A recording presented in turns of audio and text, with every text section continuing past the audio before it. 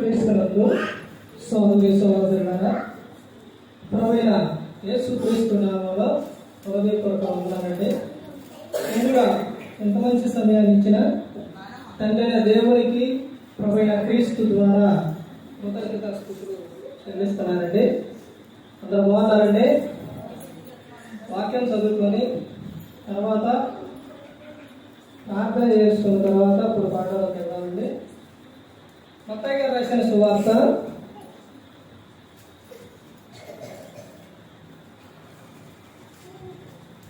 5వ అధ్యాయం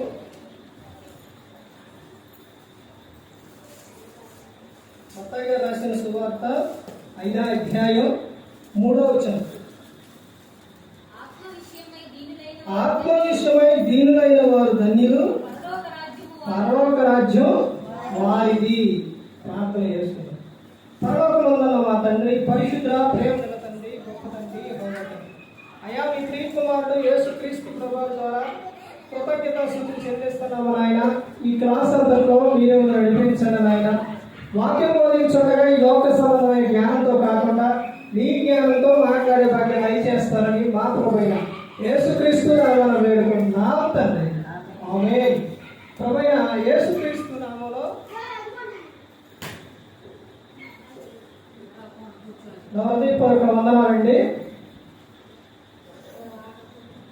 దేవుని కుమారుడు యేసుక్రీస్తు ప్రభువు లోకానికి వచ్చిన తర్వాత పరలోక రాజ్యం సమీపిస్తుంది కనుక మారు మనసు పొందమని ప్రకటింప మొదలు పెట్టారు.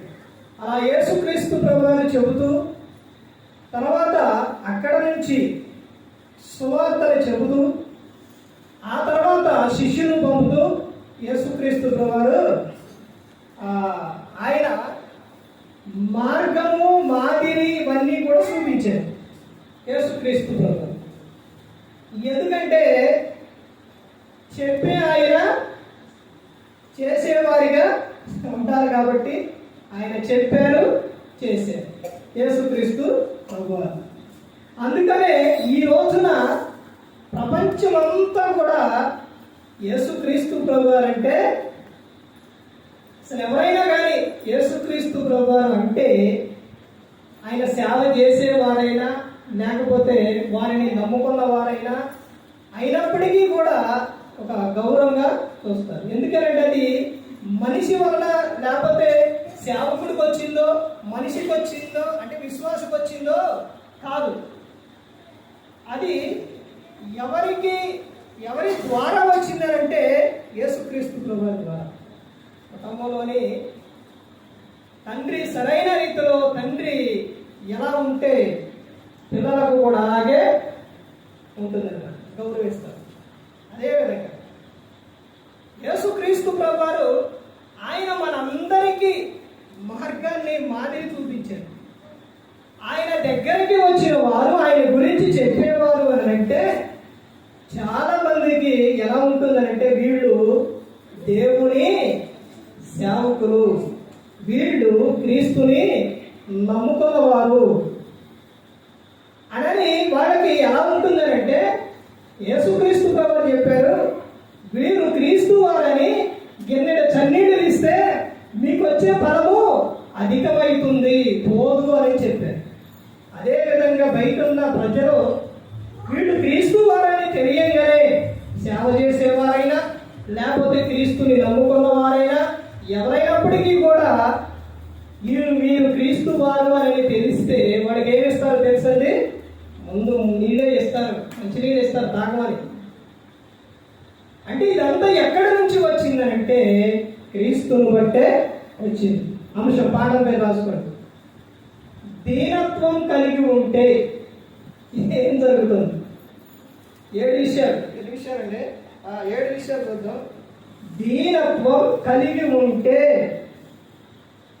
7 గంటలకు ప్రార్థన క్లాస్ స్టార్ట్ అయింది, 9 గంటలకు అయిపోయింది.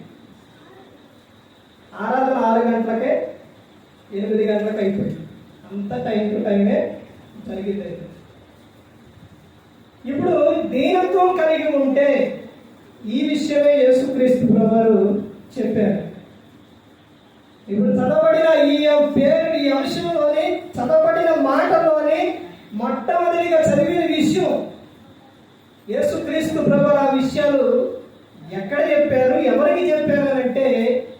మీద ప్రసంగంలో చెప్పారు యేసుక్రీస్తు ప్రభు.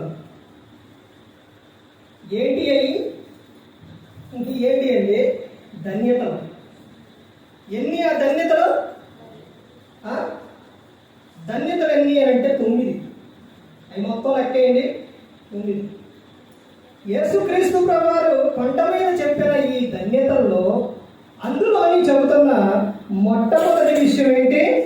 3వ వచనం మత్తయి సువార్త 5:3. ఆత్మ విషయమై దీనులైన వారు ధన్యులు, పరలోక రాజ్యం వారిది. ఆత్మ విషయంలో ఎలా ఉండాలి? దీనత్వం కలిగి ఉండాలి. ఆత్మ విషయంలో దీనత్వం కలిగి ఉండాలి. ఎందుకనంటే యేసుక్రీస్తు ప్రభువు చెప్పారు మార్కు సువార్త 7:21 ఏమని చెబుతారంటే, హృదయము నిండిన దానిని బట్టే నోరు మాట్లాడుతుంది, హృదయంలో నుండే చెడ్డవన్నీ కూడా బయటికి వస్తాయి అని చెప్పి. అంటే మన హృదయంలో ఏదైతే కలిగి ఉన్నామో, హృదయం ఎలాంటిదండి? మోసకరమైనది, ప్రమాదకరమైనది, వ్యాధికరమైనది, భయంకరమైనది. ఇలాంటి హృదయంలో నుండి ఆ హృదయాన్ని దేవుడు ఏం చేస్తున్నాడంటే నీకు రాతి గుండెని తీసి ఏమి ఇస్తారు? మాంసపు గుండె ఇస్తాను అని చెబుతున్నాను. ఆయన చెబుతున్న విషయం ఏంటంటే మీరు పరలోక రాజ్యం చేరాలి అంటే మీరు మీ ఆత్మలో ఎలా ఉండాలంట? హీనత్వం కలిగి ఉండాలి. అలా లేకపోతే పరలోకం చేరదు అని చెబుతుంది. బాగా కోపంగా ఉన్నారనుకోండి, కోపం ఏం చేస్తుందో తెలుసండి? కోపం ఏం చేస్తుంది? ముందుగా అసలు కోపం చాలా ప్రమాదం. ఆ కోపం దేవుని నీతిని కోపం ఏం చేస్తుంది? కోపం, నరుని కోపం దేవుని నీతిని నెరవేర్చదు. నువ్వు ఇప్పుడు కుటుంబంలో ప్రార్థన పెట్టుకోవాలి, కుటుంబంలో కూడికి పెట్టుకోవాలి, కుటుంబ ప్రార్థన పెట్టుకోవాలి. ఎప్పుడు అంటే సేవకులు పిలిచి అందరినీ పిలిచి అది కృతజ్ఞత కూడిక. ఇప్పుడు కూడికంటే నైట్ అయ్యేసరికి అందరూ కూడా ఆయన పనికెళ్ళలో లేకపోతే జాబ్కెళ్ళలో వచ్చిన తర్వాత, పిల్లలు స్కూల్కి వెళ్ళి వచ్చిన తర్వాత ఇప్పుడు ఈ కుటుంబంలో నైట్ అందరూ కూడా బయలుదేరి 8:00కో 8:30కో లేదా 7:30కో ప్రార్థన పెట్టుకోవాలి. పెట్టుకుంటున్నారు. పెట్టుకుంటున్నారా? కుటుంబ ప్రార్థన జరిగితే చాలా మంచిది. కుటుంబంలోని అలా కుటుంబ ప్రార్థన పెట్టుకునేటప్పుడు ఇప్పుడు ఆ కుటుంబంలో ఎవరో ఒకరు భర్త కానీ భార్య కానీ కోపడ్డారు అనుకోండి, ఏదో ఒక సందర్భంలో అరిచారే అనుకోండి, కుటుంబ ప్రార్థన పెట్టుకోబుద్ది అయితే అసలు జరగబుద్ది అయితే అప్పుడు ఏం జరిగింది? ఒకళ్ళట్టు ఒకళ్ళు ఇట్టు, పిల్లలు వాడదారా. అర్థమవుతుందండి. అందుకనే ఏం చెప్తున్నారంటే నరుని కోపం దేవుని నీతిని నెరవేర్చదు కాబట్టి, కోపం వలన చాలా ప్రమాదం కాబట్టి చెబుతున్న విషయం ఏంటంటే నువ్వు ఆత్మలో ఏం కలిగి ఉండాలంటే దీనత్వం కలిగి ఉండాలి. ఇప్పుడు ఆయన ఒక మాట అన్నారు అనుకోండి, నువ్వు తగ్గించుకో. ఇప్పుడు నువ్వు ఒక మాట అన్నావు అనుకోండి, ఆయన తగ్గించుకోండి. ఇలా తగ్గింపులోని ఇంకా ముందుకెళ్తా తగ్గింపు కూడా వచ్చింది. ఇలా తగ్గింపులో ఉండ ఆశీర్వాదం ఉంటుంది. తగ్గింపులో ఆ తగ్గింపు వలన కుటుంబం కట్టబడుతుంది, కుటుంబం దీవించబడుతుంది, ఆ కుటుంబం ఫలిస్తుంది. అందుకనే చెబుతున్నారు కదా, ఆత్మలో ఏముండాలి అంటే దీనత్వం కలిగి ఉండాలి అని చెబుతున్నారు. ఇంకా ముందుకెళ్తే చూడండి, ఇంకా చెప్తున్న విషయం కీర్తన గ్రంథం. దీనత్వం కలిగి ఉంటే దేవుడు ఏం చేస్తారో చూపిస్తున్నారు. కీర్తన గ్రంథం 25వ కీర్తన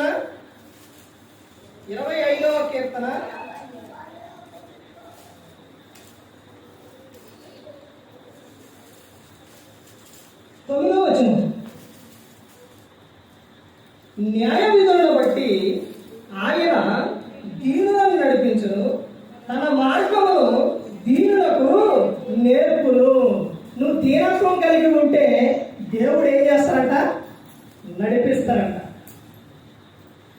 దీనత్వం కలిగి ఉంటే దేవుడు నడిపిస్తాడు. న్యాయమైన మార్గం అక్కడ చెప్తున్న విషయం చూడండి. న్యాయ విధులను బట్టి ఆయన ఎవరు నడిపిస్తారంట? దీనులు నడిపిస్తారంట. కోపం కలిగిన వారిని కాదు, అహంకారులను కాదు, వీళ్ళందరినీ కాదు. ఎవరిని నడిపిస్తారు అని చెబుతున్నారని అంటే ఎవరు నడిపిస్తారంట? దీనులను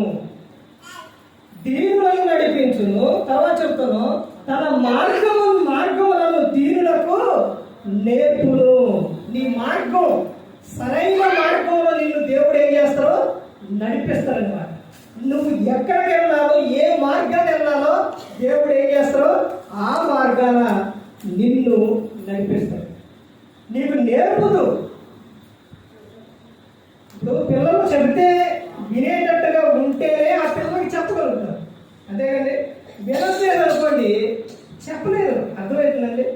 అలాగే దేవుడు ఏం చేస్తున్నాడంటే నువ్వు వినే విధంగా, నువ్వు మాట వినే విధంగా ఉంటేనే దేవుడు ఏం చేస్తారో నిన్ను నడిపిస్తారు, నీకు నేర్పుతారు అని చెబుతారు.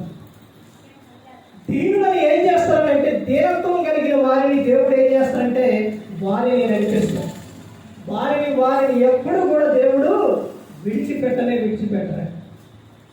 ఎందుకంటే దేవుడు ఎవరిలో నివసిస్తున్నాడంటే దయగలిగిన వారిలోనే నివసిస్తున్నాడు.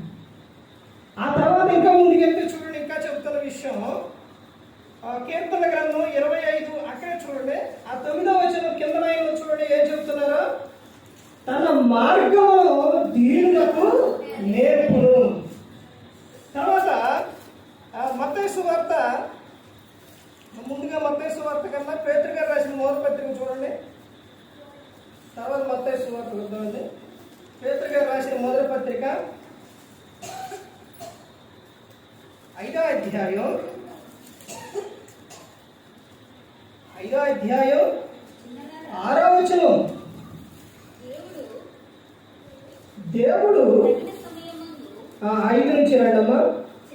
చిన్నలారా, మీరు పెద్దలకు లోబడి ఉండి మీరందరూ ఎదుటి వారి ఎడల దేన మనస్సును వస్త్రము ధరించుకొని మిమ్మును అలంకరించుకొని దేవుడు అహంకారులను ఎదిరించి దీనులకు కృప అనుగ్రహించును. ఇక్కడ రెండు విషయాలు చెబుతున్నారు దేవుడు. 2 విషయాలు ఉన్నాయి. ఒకటి ఏం చెబుతున్నారు అంటే, చిన్నలారా మీరు పెద్దలకు లోబడి ఉండి మీరందరూ ఎదుటివారి ఎడల ఏం కలిగి ఉండాలంట? దేన మనసు కలిగి ఉండాలి. ఆ దేన మనసును కలిగి ఉండటం. తర్వాత చెబుతున్న విషయం ఏంటంటే, దేన మనసును వస్త్రము ధరించుకొని మిమ్మల్ని మీరు అలంకరించుకోండి. నువ్వు దేన మనసు కలిగి ఉన్నావు అనుకోండి, నీకెవరు శత్రువులు ఉండరు. అర్థమైందంటే, నాకు వాడంటే నచ్చదండి, నేనంటే వాడికి నచ్చదండి, వాడంటే పడదండి, వీడంటే నన్ను అసహించుకుంటారండి. నువ్వు ఒక వ్యక్తి ఎదురుగా ఉన్నప్పుడు కానీ, లేకపోతే నువ్వు ఒక వ్యక్తితో మాట్లాడుతున్న సందర్భాల్లో కానీ నువ్వు ఎప్పుడు కూడా ఏ మనసు కలిగి నువ్వు ప్రేమగా మాట్లాడితే ఎవరుంటారంటే నీకు శత్రువులు ఎవరుంటారు అంటే, దేన మనసును వస్త్రములు వేయించారంట ధరించుకోవాలి. అంటే వస్త్రం ఇప్పుడు ఎలాగైతే ఈ శక్తి ఎలాగైతే అలా ధరించుకున్నావో మొత్తం కూడా నువ్వు ఏం కలిగి ఉంటారంటే ఆ దేన మనసు అనే వస్త్రం నువ్వు ఏం చేయాలి? ధరించుకొని ఉండాలి. ఆ తర్వాత చెబుతున్న విషయం ఏంటంటే, దేవుడు అహంకారుని ఎదిరించి దీనులకు కృప అనుగ్రహించును. ఈ సందర్భంలోనే బైబిల్ గ్రంథంలో మనం చూస్తే, ఇప్పుడు చూసేది బైబిల్ గ్రంథంలోనే, కాకపోతే బైబిల్ గ్రంథంలో కొంతమంది వ్యక్తులను చూస్తే బైబిల్ గ్రంథంలో అబ్రహాం గారు అందరికీ పరిచయమైన వ్యక్తి, అందరికీ తెలిసిన వ్యక్తులు అనమాట. వీళ్ళందరూ కూడా అంటే వీరి గురించి అనేక సందర్భాల్లో మాట్లాడుతూనే చెబుతూనే ఉంటారనమాట. ఎవరు అంటే అబ్రహాం గారు. అబ్రహాం గారు ఆయన కలిగి ఉన్న విధానం ఏంటండి? దేవుడు ఎక్కడికి వెళ్ళవంటే ఆయన అక్కడికి వెళ్ళారు. ఇదిగో నువ్వు పలానా చాటకి వెళ్ళు అని అంటే అక్కడికి వెళ్ళి దేవుడు ఏం చేశారు? ఆయన కాపాడారు. ఎలా కాపాడారు? ఎలా కాపాడారనంటే శారమ్మ చాలా అందమైన స్త్రీ. ఆమెని ఒక రాజు చూసి తీసుకెళ్ళినప్పుడు ఆ రాజుతో దేవుడు చెప్పిన విషయం ఏంటంటే ఆమెను గల నువ్వు ముట్టితే సచ్చినుడు అని చెప్తాడు. ఉదయాన్నే తీసుకెళ్ళి అబ్రహాం గారు పంపుదేవుడు. ఇలా బైబిల్ గ్రంథంలోనే చాలా మంది ఉన్నారు అలా కలిగేవారు. వీళ్ళందరి గురించి ఎందుకు చెప్పుకుంటున్నారు? అబ్రహాము దేవుడు, ఇస్సాకు దేవుడు, యాకోబు దేవుడు అని ఎందుకు చెప్పుకుంటున్నారండి? వాళ్ళు దేవునికి లోబడి ఉన్నారు, దేవుని మాట విన్నారు కాబట్టి. తప్పు చేయకుండా ఎవరైనా కానీ లోకంలో ఒక యేసుక్రీస్తు ప్రభువు తప్ప ఎవరూ లేరు. కానీ వాళ్ళు ఏం చేశారు? వాటిని సరి చేసుకున్నారు. దావీదు గారి విషయానికి వచ్చేసరికి ఆయన చిన్న వయసులో నుంచే, చిన్నప్పటి నుంచి కూడా అన్ని నాకెవరో దేవుడే అని దేవుని మీదే ఆధారపడ్డాడు దావీదు గారు. ప్రతి ఒక్క విషయంలో కూడా నాకు అన్ని ఎవరో దేవుడే అని దేవుని మీద ఆధారపడ్డాడు. హిజ్కియా, ఇలా ఇంకా చాలా మంది ఉన్నారు బైబిల్ గ్రంథం. కొత్త నిబంధనకు వచ్చేసరికి అపోస్తలులు కానీ, శిష్యులు కానీ, తర్వాత ఎవరో పౌలు గారు కానీ, వీళ్ళందరూ కూడా అంటే వీళ్ళందరూ కూడా వాడబడడానికి, వీళ్ళందరూ దేవునిలో స్థిరంగా ఇలా ఉండడానికి ఒకటి కారణం ఏంటి అంటే వాళ్ళు కలిగి ఉన్న విధానం ఏంటంటే దీనత్వం. అర్థమవుతుందండి? దీనత్వం. యేసుక్రీస్తు ప్రభువు ఇక్కడ ఉన్నప్పుడు ఆయన సహోదరులే ఆయన పట్ల విశ్వాసం ఉంచారు. కానీ ఆయన ఎప్పుడైతే శిలువలో మరణించి తిరిగి తండ్రి వద్దకు వెళ్ళారో అప్పుడు ఏం చేశారు? వాళ్ళు తెలుసుకున్నారు. ఇక్కడ చెబుతున్న విషయం ఏంటంటే దీనులను, అహంకారాన్ని ఎదిరించి దీనులకు ఏం చేస్తారంట దేవుడు? కృప అనుగ్రహించును. కృప అంటే ఏంటో తెలుసండి? బాగా కోపడేవాళ్ళని కానీ, అరిచేవాళ్ళని కానీ మనం దగ్గర పెట్టుకుంటామా? లేకపోతే కొంచెం సేపు ఉండు ఎందుకని అంటారా? కొంచెం సేపు ఉండి అంటారా? అందరూ ఎప్పుడు పోదరు అనుకుంటారు. అర్థమైందండి? అదే దీనత్వం కలిగిన వారిని అంటే ఏమంటారు? ఎదుగానే తెలియదు, ఎందుకని కొంచెం సేపు ఉండి అంటారు. దేవుడు కూడా అదే. కృప అంటే అర్థం ఏంటంటే నువ్వు నాతోనే ఉండు, నా కృప నీకు చాలును, నా కృప నీతో ఉండిద్ది అంటే నేను ఎప్పుడు కూడా నీ వెంటే ఉంటా, నువ్వు నాతో ఉండు అని అర్థం. అర్థమవుతుందండి? ఆ తర్వాత ఇంకా ముందుకెళ్తే చూడండి, ఇంకా ఏమో చెప్తున్నారు. మత్తయి గారు రాసిన సువార్త 18వ అధ్యాయం, మత్తయి గారు రాసిన సువార్త 18వ అధ్యాయం 4వ వచనం. అతడు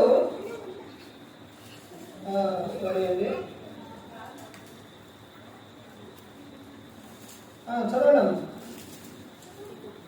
4వ వచనం. కాగా ఈ బిడ్డ వలె తన్ను తాను తగ్గించుకుని వాడెవడో వాడే పరలోక రాజ్యంలో గొప్పవాడు. మరియు ఎలాంటి ఒక బిడ్డను నా పేరున చేర్చుకుని వాడు నన్ను చేర్చుకొను. ఇక్కడ చెప్తున్న సందర్భం ఏంటంటే దీనత్వం అంటే దీనత్వం కలిగి ఉంటే పరలోక రాజ్యంలో ఎలా ఉంటారు అంటే గొప్పవారిగా ఉంటారు. అంటే అలా కలిగి ఉండడానికి ఆ మనస్సు గురించి చెబుతున్నారు. ఎవరి గురించి? ఏ మనసు గురించి అంటే చిన్నపిల్లల మనసు. ఇక్కడ శిష్యులు పైనుంచి చదివితే మనకు అర్థమవుతుంది కదా. ఎవరంటే ఆ కాలంలో శిష్యులు యేసు వద్దకు వచ్చి పరలోక రాజ్యంలో ఎవడు గొప్పవాడని అడుగుగా ఆయన ఒక చిన్న బిడ్డను తన యొద్దకు పిలిచి వారి మధ్యలో నిలబెట్టి ఇట్లను, మీరు మార్పు నుండి బిడ్డల వంటి వారైతేనే గాని పరలోక రాజ్యంలో ప్రవేశింపాలని మీతో నిశ్చయముగా చెప్పుచున్నాను. కాగా ఈ బిడ్డ వలె తను తాను తగ్గించుకుని వాడెవడో వాడే పరలోక రాజ్యంలో గొప్పవాడు. బిడ్డ వలె, చిన్న పిల్లలు, వాళ్ళలో స్వార్థం ఉండదు, అసూయ ఉండదు. అర్థమైందండి? వాళ్ళలో ఏముంటుందంటే తగ్గింపు ఉంటుంది.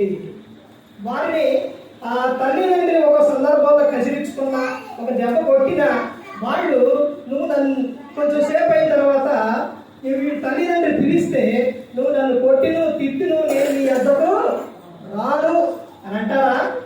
అందరూ వాళ్ళు మరలా వాళ్ళ దగ్గరికి వెళ్ళి మాట్లాడతారు. వాళ్ళకి ఆకలి అయితే అన్నం పెట్టమని అడుగుతారు. అదే పెద్దవారైతే ఏం చేస్తారు? పిలిచినా కానీ పలకడం. నువ్వు నన్ను అంత మాట్లాడతావుగా అటు తిట్టుగా నేను అసలు పలకను, మాట్లాడు. అందుకనే చెప్తున్నారు కదా, ఈ బిడ్డ వలె తన్ను తాను తగ్గించుకున్నవాడు ఎవడో వాడే పరలోక రాజ్యంలో గొప్పవాడు. యేసుక్రీస్తు ప్రభువు చేసిన విషయం కూడా అదే. ఆయన అంతగా తన్ను తాను ఏం చేశారు? తగ్గించుకున్నారు. ఆ విషయం చూడండి, ఫిలిప్పీయులకు రాసిన పత్రిక 2వ అధ్యాయం. ఎంత తగ్గించుకున్నారో చూడండి యేసుక్రీస్తు ప్రభువారు. ఆయన అంతగా హెచ్చించబడడానికి కారణం ఏంటంటే తగ్గింపు. యేసుక్రీస్తు ప్రభువారిలో ఫిలిప్పీయులకు 2వ అధ్యాయం 8వ వచనం నుంచి చూడండి.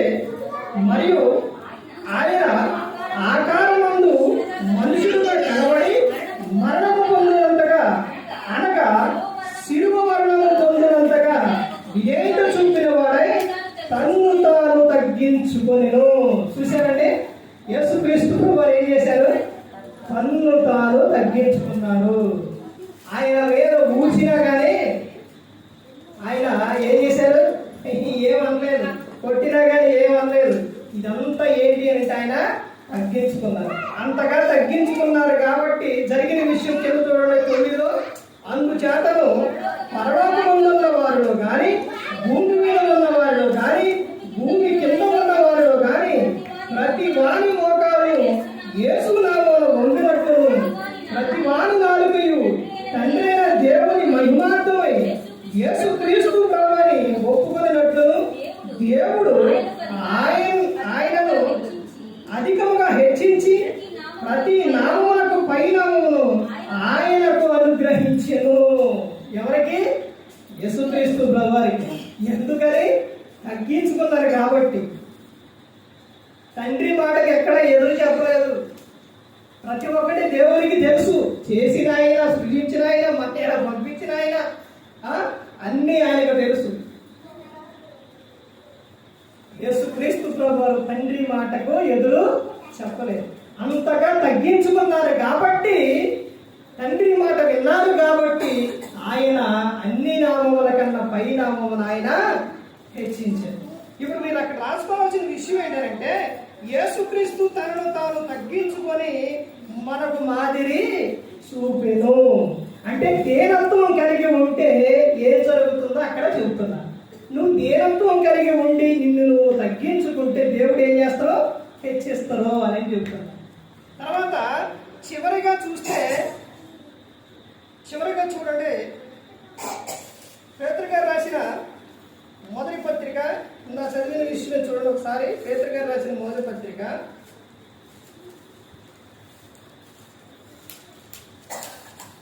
5వ అధ్యాయం 5వ వచనం నుంచి చూడండి. చిన్నలారా, మీరు పెద్దలకు లోబడి ఉండి మీరందరూ ఎదుటివాని ఎడల దీన మనసును వస్త్రము ధరించుకొని మిమ్మల్ని అలంకరించుకొని దేవుడు అహంకారాలను ఎదిరించి దీనులకు కృపను గ్రహించును. దేవుడు తగిన సమయంలో మిమ్మల్ని హెచ్చించున్నట్టు ఆయన బలిష్టమైన చేతి కింద దీన మనసుకులై ఉండు. ఏం చేయాలంట? ఆయన చేతి కింద ఉండాలి, ఆయన ఎందు ఉండాలి. నాకు వేరుగా ఉండి మీరేమి కూడా చేయలేరు. ఆ చిన్న కుమారుడు, 2 కుమారుడు, చిన్న కుమారుడు తన ఆస్తి అంతా తీసుకుని వెళ్ళి అయిపోయిన తర్వాత ఎంత బాధపడ్డాడండి.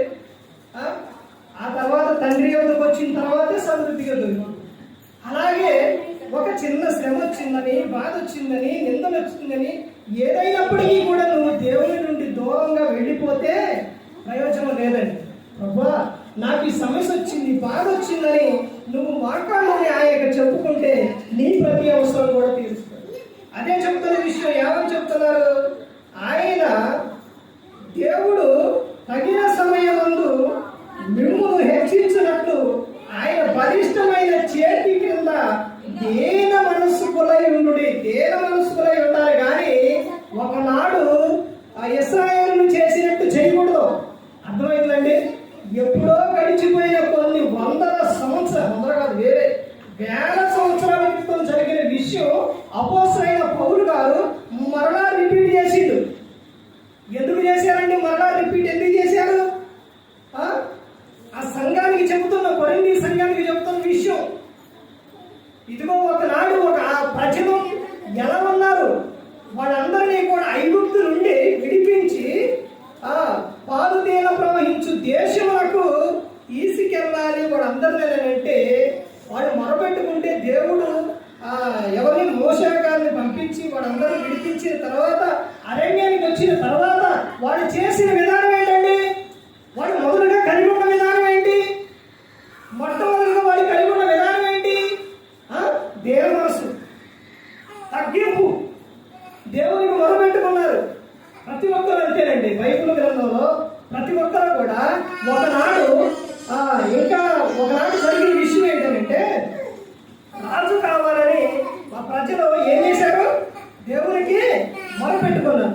నువ్వు దేవునికి మొరపెట్టుకున్నప్పుడు దేవుడు వింటాడు.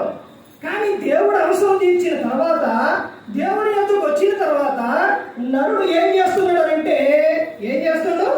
లోకంలోకి వెళ్ళిపోతున్నారు.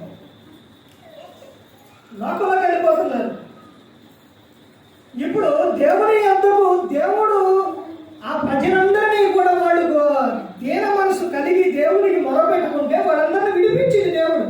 విడిపించిన తర్వాత అరణ్య ప్రాంతానికి వెళ్ళిన తర్వాత ఏం చేశారు? అడిగేలేదు, అడగొచ్చుగా. మాకు కావాలయ్యా, మాకు ఆహారం కావాలని అడగొచ్చు కదా. ఆ అడిగే విషయాల్లో ఆ తర్వాత దేవుడు ఇచ్చిన తర్వాత వీడు చేస్తున్న విషయం ఏంటి? ఆ విషయం ఒకసారి అది చూసిన తర్వాత చెప్పడానికి చెప్తారు, కానీ చదివితేనే బాగుంటుంది.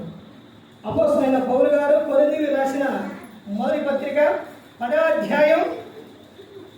వీళ్ళు చూడండి, అసలు మొదట్లో ఎలా ఉన్నారు? కారణంగా పోతున్న కాలంలో ఈ మనిషి పరిస్థితి చూడండి, ఏ విధంగా మారిపోయింది. ముందు దీనత్వం కలిగిన వారు, దీనత్వం కలిగినప్పుడు దేవుడు వారి అవసరం తీర్చిన తర్వాత, చెరల నుండి వాడు విడిపించిన తర్వాత, ఆ తర్వాత వాళ్ళు అరణ్య ప్రాంతానికి వెళ్ళిన తర్వాత వాళ్ళు కలిగి ఉన్న విధానం చూడండి ఎంత భయంకరంగా ఉందో. ముందు ఎంత ఐక్యత కలిగి ఉన్నారో చూడండి. కొరింథీయులకు రాసిన మొదటి పత్రిక 10వ అధ్యాయం మొదటి నుంచి చదవండి. సహోదరులారా, ఈ సంగతి మీకు తెలియకుండా నాకు ఇష్టం లేదు. అపోస్తలుడైన పౌలు గారు చెబుతున్న విషయం ఎప్పుడో వేల సంవత్సరాల క్రితం అయిపోయిన విషయాన్ని మరలా కొరింథీ సంఘానికి మరలా రిపీట్ చేస్తూ ఉన్నారు. ఎందుకని? ఒకనాడు ఆ ప్రజలు కలిగి ఉన్న విధానం అలా ఉండొద్దు అని చెబుతూ ఉన్నారు. చూడండి ఏమని చెబుతున్నారు, చూడండి. అది ఏమనగా, మన పితరులందరూ మేఘం కింద ఉండేది, వారందరూ సముద్రంలో నడిచిపోయి, అందరూ మోషేను బట్టి మేఘంలోను సముద్రంలోను బాప్తిస్మం పొంది, అందరూ ఆత్మ సంబంధమైన ఒకే ఆహారము భుజించిరి, అందరూ ఆత్మ సంబంధమైన ఒకే పానీయమును పానం చేసిరి. అనేరగా తమ్ముడు వెంబడించిన ఆత్మ సంబంధమైన బండలోనిది త్రాగిరి, ఆ బండ క్రీస్తే. ఇక్కడ వరకు బాగానే ఉంది కదండి, ఇక్కడ వరకు బాగానే ఉంది, ఐక్యత బాగానే ఉంది. ఇప్పుడు చూడండి, ఎన్నో వచ్చిన 5వ వచనం. అయితే వారిలో ఎక్కువ మంది దేవుని ఇష్టలుగా ఉండకపోయి కనుక అరణ్యములో సంహరింపబడిరి. ఎలా లేరంట? దేవునికి ఇష్టలుగా లేరు. తండ్రే దేవుడు ఎంత రోషంగా దేవుడో తెలుసండి. క్షణాల్లో తప్పు చేస్తే మాట అంటే క్షణాల్లో శిక్ష వచ్చేది. మిరియం విషయంలో కూడా జరిగిన విషయం అదేకండి. మిరియం మోషే గారిని ఎంత కాపాడింది. చిన్న వయసులో నుంచి నా తమ్ముడు ఏమైపోతారో, ఎక్కడికి వెళ్ళిపోతారో అని ఎంతగానో కాపాడింది. తర్వాత తమ్ముడికి ఎవరిని తీసుకొచ్చింది? తల్లినే తీసుకొచ్చి ఆ పిల్లోడు తల్లి దగ్గరే ఎదిగే విధంగా మోషే గారు చేసింది. ఎవరు? మిరియం. అంతగా ఉన్న తర్వాత, పెద్ద అయిన తర్వాత, సేవలోకి వచ్చిన తర్వాత, సేవ చేస్తున్న సందర్భంలో మోషే గారి మీద మిరియం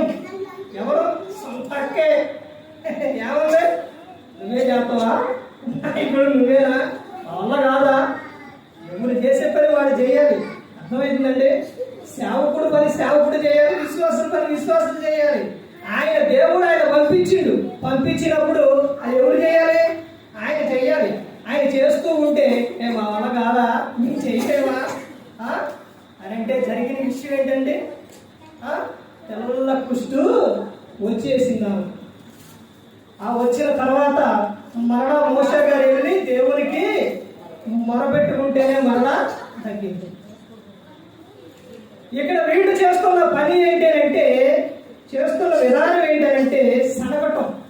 ఎప్పుడు కూడా సనుగుడు రాకూడదండి. తర్వాత ఇంకా చెప్తున్న విషయం చూడండి, వారు ఆశించిన ప్రకారం మనం చెడ్డవాడిని ఆశించుకున్నట్లు ఈ సంగతులు మనకు దృష్టాంతములుగా ఉన్నవి. అంటే వారు చేసినట్టు చేయొద్దు, సడవద్దు, గొడవద్దు. ఎలా ఉండాలని చెప్తున్నారంటే నువ్వు దీనత్వం కలిగి ఉండాలి, దేవునికి ఇష్టడుగా నువ్వు ఉండాలి అని చెప్తున్నారు. ఇవి ఎందుకు రాపిస్తున్నారు, ఎందుకు చెబుతున్నారు అంటే వారు చెడ్డవాడిని ఆశించారు కాబట్టి మనము చెడ్డవాడిని ఆశించకూడదు అని అపోస్తలుడైన పౌలు గారు చెబుతూ ఉన్నారు. తర్వాత ఇంకా ఏం చెబుతున్నారో చూడండి, జనులు తినుటకును తాగుటకును కూర్చుండి ఆడుటకును లేచి అని రాయబడినట్లు వారిలో కొందరు వల్ల మీరు విగ్రహారాధకులై ఉండకూడి, మరియు వారి వల్ల మనము వ్యభిచారింపక ఉందాము. వారిలో కొందరు వ్యభిచారించి నందున ఒక్క దినములనే 23,000 మంది కూలిరి. మనము ప్రభువును శోధింపక ఉందాము. వారిలో కొందరు శోధించి సర్పం వలన నశించిరి. ఇదంతా ఏంటి అంటే అపోస్తలుడైన పౌలు అక్కడ జరిగిన విషయం ఏంటంటే అదంతా మళ్ళీ ఇక్కడ రాపియాలంటే కుదరదు, అదంతా మళ్ళీ ఇక్కడ రిపీట్ చేయాలంటే కుదరదు. పాత నిబంధనలో జరిగిన విషయం ఇదంతా కూడా అక్కడ విచారించినప్పుడు, లేకపోతే వాడు ఏం చేశారు సనిగినప్పుడు, తర్వాత వాడందరూ కూడా కింద ఇక్కడ ఏమో చెప్తున్నారో చూసారా, శోధించినప్పుడు సర్పం వలన నశించారనే సందర్భం అక్కడ చాలా ఉంటుంది. పాత నిబంధన కాలంలో అక్కడికి వెళ్ళి చూస్తే అది చాలా విషయం అర్థమవుతుందండి. మళ్ళీ ఆయన సర్పాన్ని మళ్ళీ ఆయన ఆ తర్వాత అక్కడ జరిగిన విషయం చాలా స్టోరీ ఉంటుంది. అందుకని ఇక్కడ ఈ అపోస్తలుడైన పౌలు గారు షార్ట్ కట్ లో చెప్పారండి. అంటే వారి వల్లే ఏం చేయకూడదో ఇక్కడ చెబుతూ ఉన్నారు. అలా చేయడం వలన జరిగిన ప్రమాదాలు అవన్నీ కూడా. ఆ తర్వాత చెబుతున్న విషయం ఏంటంటే మీరు సనగొడుకుడి, వారిలో కొందరు సనిగి సంహారకుని చేత నశించిరి. ఎందుకు ఇవన్నీ కూడా రాపించారు? ఎందుకు అపోస్తలుడైన పౌలు గారు సంఘానికి ఇవన్నీ కూడా ఎందుకు చెప్తున్నారంటే వాడలో వచ్చిన ఒక చెడు తలంపులు, చెడు ఆలోచనలు, భయంకరమైన విధానం, ఇశ్రాయేలీయులు ప్రజల్లో ఉన్న విధానం అదంతా కూడా. అందుకని సంఘానికి చెబుతూ కింద వచనాలు చెబుతున్నారు కదా, చూడండి ఎన్నో వచనండి 11. ఈ సంగతులు దృష్టాంతములుగా వారికి సంభవించి యుగాంతమందున్న మనకు బుద్ధి కలుగుటకై రాయబడిను. యుగాంతమందును జాగ్రత్తగా ఉండాలి. మీకు ఎందుకు మరలా రాపిస్తున్నానని చెబుతానంటే బుద్ధి కలుగుటకై చెబుతున్నాను. ఇలాంటి దేవుడు కొన్ని చాలా మంది చేసే విధానం ఏంటంటే బైబిల్లో కొన్ని తప్పులు ఉన్నాయండి, అట్లనే ఎట్లనే అంటారు. తప్పులు లేవు, అర్థమైందండి. ఇవన్నీ ఎందుకు రాపించారనంటే జాగ్రత్త కోసం. చెడ్డవాడిని విడిచి మంచివాడిని తీసుకోవాలి. చెడ్డవాడిని ఆశిస్తే జరిగే ప్రమాదం అర్థమైందండి. ఆ తర్వాత కింద విషయం ఏమో చెబుతున్నారు చూడండి 12. తాను నిలుచుచున్నానని తలంచుకున్నవాడు పడకుండునట్లు జాగ్రత్తగా చూసుకొనవలెను. ఏం చేయాలంట? నేను నిలుస్తాను. చాలా మంది అన్ని సంఘాల్లో కూడా ఈ రోజున ప్రతి ఒక్క సంఘంలో కూడా జరుగుతున్న విధానం ఏంటంటే ఏం చేస్తూ ఉన్నారనంటే ప్రార్థనకు రావట్లేదని అంటే వస్తామని అంటారు, వాక్యం చదవట్లేదంటే చదువుతానని అంటారు. ఇవన్నీ కూడా ఎప్పుడు అంటే ఎప్పుడు కొత్త సంవత్సరం. ఎప్పుడు తీసుకుంటారు? కొత్త సంవత్సరం అంటారు. ఆ కొత్త సంవత్సరంలోని 1వ తారీఖు నుంచి 8వ తారీఖు దాకా ఉంటుంది. భక్తి 8వ తారీఖు దాకా ఉంటుందండి. 10వ తారీఖు దాకా ఉండిద్ది. అంత 10 రోజులే ఉండిద్ది, అంత మించి ఉండదు. ఆ తీసుకున్న నిర్ణయం 10 రోజులే ఉండిద్ది, ఆ తర్వాత మళ్ళా పోయింది. ఆ 10 రోజుల పాటు ప్రార్థన వాక్యం అంతా బాగానే ఉండిద్ది, తర్వాత ఉండదు. అందుకనే ఇక్కడ చెప్తున్న విషయం, ఇది నా మాట కాదండు, ఇక్కడ ఏమో చెప్తున్నా చూడండి. తాను నిలుచుచున్నాడని తలంచుకున్నవాడు నేను నిలుస్తాను అనుకున్న వాడు పడిపోకుండాన్నట్లు ఏం చేయాలంట? జాగ్రత్త కలిగి ఉండాలి. నువ్వు జాగ్రత్త తీసుకోవాలి. దేవుడు చెబుతున్న విషయం ఇదంతా కూడా, ఈ సందర్భం అంతా కూడా ఎందుకు చెప్పారంటే, ఒకప్పుడు ఇశ్రాయేలు ప్రజలు వాళ్ళు ఏ కలిగి ఉన్నారంటే దీనత్వం కలిగి ఉండి దేవునికి మొరపెట్టుకున్నప్పుడు మోషే గారి ద్వారా వాళ్ళందరినీ విడిపించారు. ఎప్పుడైతే వాళ్ళు అరణ్య ప్రదేశానికి ప్రాంతంలోకి వెళ్ళి అన్ని సమృద్ధిగా దొరికినాయో అప్పుడు వచ్చింది ఏంటది? అహంకారం. మనసులో ఒక అహంకారం వచ్చిందండి. ఎప్పుడైతే అవన్నీ కూడా, ఎప్పుడైతే నరునికి ఎప్పుడైతే అవన్నీ వచ్చినాయో, కాపాడిన దేవుడు ఊకుంటాడా? విడిపించిన దేవుడు ఊకుంటాడా? అర్థమైందండి.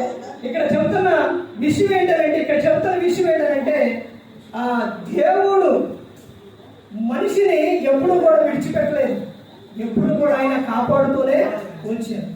అంటే ఈ సందర్భంలో నువ్వు కలిగి ఉన్న విషయం కలిగి ఉండాలని చెప్తున్నారంటే దీనత్వం. ఆ దీనత్వం కలిగి ఉంటే ఏం జరుగుతుందనంటే 7 విషయాల్లో ఒకటి ఏంటంటే పరలోక రాజ్యము నీవు ఏం చేస్తామంట? స్వతంత్రించుకుంటావు. అది ఎవరిదైతుంది?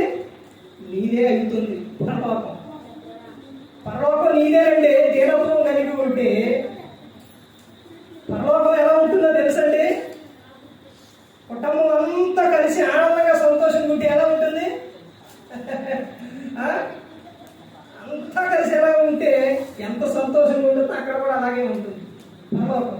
అంత ఆనందం సంతోషంగా ఉంటుంది పరలోకం. ఎప్పుడు వరకు ఉంటుంది? యుగాలు తరతరాలు కూడా ఆనందంగా సంతోషంగా దీనత్వం కలిగి ఉంటే ఒకటి పరలోక రాజ్యం స్వతంత్రించుకునేది. రెండోది ఏంటంటే దేవుడు వీరులను నడిపిస్తారు. మూడోది దేవుడు వారి మార్గంలో ఏం చేస్తారంటే వారి మార్గాలను నేర్పుతారంట. అంటే వారి త్రోవను ఏం చేస్తారంటే తన మార్గమును వారికి నేర్పును. ఇదిగో నువ్వు ఈ మార్గాలు వెళ్ళు, ఎలా వెళ్ళు, ఈ విధంగా వెళ్ళు అని చెప్తారన్నమాట. ఇది ఎవరు ఆలోచన అంటే దేవుడు ఆలోచన. ఒక సందర్భం, ఒక విషయం ఏంటంటే నేనని కాదండి, ఎవరైనప్పటికీ కూడా కలిగి ఉంటే దేవుడు నేర్పు. ఎలాగనంటే నేను ఎప్పుడు కూడా అది వరకంటే ఈ తనకు ఎలిమెంట్ పెట్టుకోను. కానీ దేవుళ్ళకి వచ్చిన తర్వాత దేవుని యొక్క ఆలోచన అంటే చాలా మందిని కూడా అన్నారు విషయం ఏంటంటే బయటికి వెళ్ళినా ఎక్కడికి వెళ్ళినా ఎలిమెంట్ పెట్టుకుంటావే అని అనేవాడు. కొంతమంది బాగా రూల్స్ పాటిస్తాడు అవి కూడా అనేవాడు. ఎన్నో సందర్భాల్లో ఆ ఎలిమెంటే కాపాడింది. ఈ రోజు కూడా ఆ ఎలిమెంటే కాపాడింది. ఈ రాజుగూడ ప్రాంతానికి రావాలి అంటే సాయంత్రం వచ్చేటప్పుడు మొత్తం కూడా తిరువురు ఆడించి ఇక్కడ వరకు వచ్చే వరకు మొత్తం చెకింగ్లు ఎక్కువ అక్కడక్కడ ఉంటాయి. పోలీసు వాళ్ళు చెకింగ్ సందర్భాల్లో పాలకేంద్రం కాడ ఈరోజు పోలీసు బండ్లు ఆఫ్ చేస్తూ ఉంటే ఈ ఎదర కొబ్బరికాయ లారీ వెళ్తుంది. నేను ఇలా వస్తున్నా, ఈ లోడేక చూసుకుంటా, ఈ లోడ్ వాళ్ళు ఎక్కడున్నారంటే తిరుగు ఖమ్మంపాడు నుంచి వచ్చేటప్పుడు పాలకేంద్రం కాడే టర్నింగ్లో ఉన్నారు.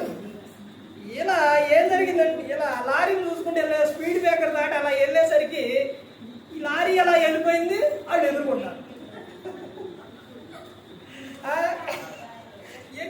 అసలు ఎటు తప్పించుకోవాలి? ఇటు పోదావా ఇటు చూస్తారు, ఇటు పోదావా ఇటేమో ఇటు ఉండాలి, ఎటు పోవాలి కాక అట్ట బండి అట్ట ఆపి. అప్పుడు ఒక విషయం గుర్తొచ్చింది. ఒకసారి ఎదరకొచ్చిన తర్వాత వంతెన మీద నేను అలాగే ఆపు చేస్తే లారీ ఆయన వచ్చి నువ్వెందుకు ఆగావు ఎలిమెంట్ లేనివాడు కదా ఆపింది, నువ్వెందుకు కాక వెళ్ళిపోవాలి. నేను వెళ్తూ ఉంటే పోలీసు ఆయన ఇట్టా అంట. అది ఎమ్మటనే గుర్తొచ్చింది నాకు. వెంటనే గుర్తొచ్చి బండి ఆఫ్ చేయకుండా ఆ పక్క నుంచే వచ్చేసా. ఆఫ్ చేయరా ఇక. అర్థమైందంటే ఎందుకు చెప్పారంటే దేవుడు మనకు ఆలోచన ఇస్తారో నడిపిస్తారో. నువ్వు ఈ విధంగా ఇప్పుడు నేను అదే పెట్టుకొని రాలేదనుకోండి, అసలు ప్రార్థన రావడానికి 7 గంటలకు రాగలుగుతానా? ఆఫ్ చేసేవాళ్ళే. అర్థమైందండి. అదే విధంగా ఇంకొక సందర్భం ఏం గుర్తొచ్చిందనంటే నాకు ఇక్కడ ఎలాగైతే మనం జాగ్రత్త తీసుకుంటే లోకంలో ఎలాగైతే మనం ధైర్యంగా వచ్చేసామో అదే విధంగా ఈ లోకంలో దేవుని విషయంలో రక్షణ విషయంలో జాగ్రత్త తీసుకుంటే పరలోకం వెళ్ళడానికి కూడా నీకు ఆటంకం ఉండదు. అర్థమైందండి. అక్కడ అందరినీ ఆఫ్ చేసినా నువ్వేం చేస్తావో తెలుస్తావు. డైరెక్ట్ ధైర్యంగా నువ్వు వెళ్ళిపోతావు. ఇక్కడ నేను ఎలాగైతే వెళ్ళిపోయి వచ్చేసానో అదే విధంగా నువ్వు జాగ్రత్త రక్షణ విషయాల్లో నువ్వు ఈ లోకంలో నువ్వు జాగ్రత్త తీసుకుంటే అదే విధంగా నువ్వు పరలోకానికి వెళ్ళిపోతావు. ఇక్కడ దీనులను ఏం చేస్తారంటే ఒకటి ఆయన మార్గంలో ఏం చేస్తారో నేర్పుతురు అని చెప్తున్నారు. తర్వాత ఇంకా చెప్తున్న సందర్భం ఏంటంటే దేవుడు దేన మనస్సులను హెచ్చిస్తారు. దేవుడు ఏం చేస్తారంట దేన మనసు కలిగి వారిని హెచ్చిస్తారు. దీనత్వం కలిగి ఉంటే పరలోక రాజ్యంలో ఎలా ఉంటారంటే గొప్పవారిగా ఉంటారు.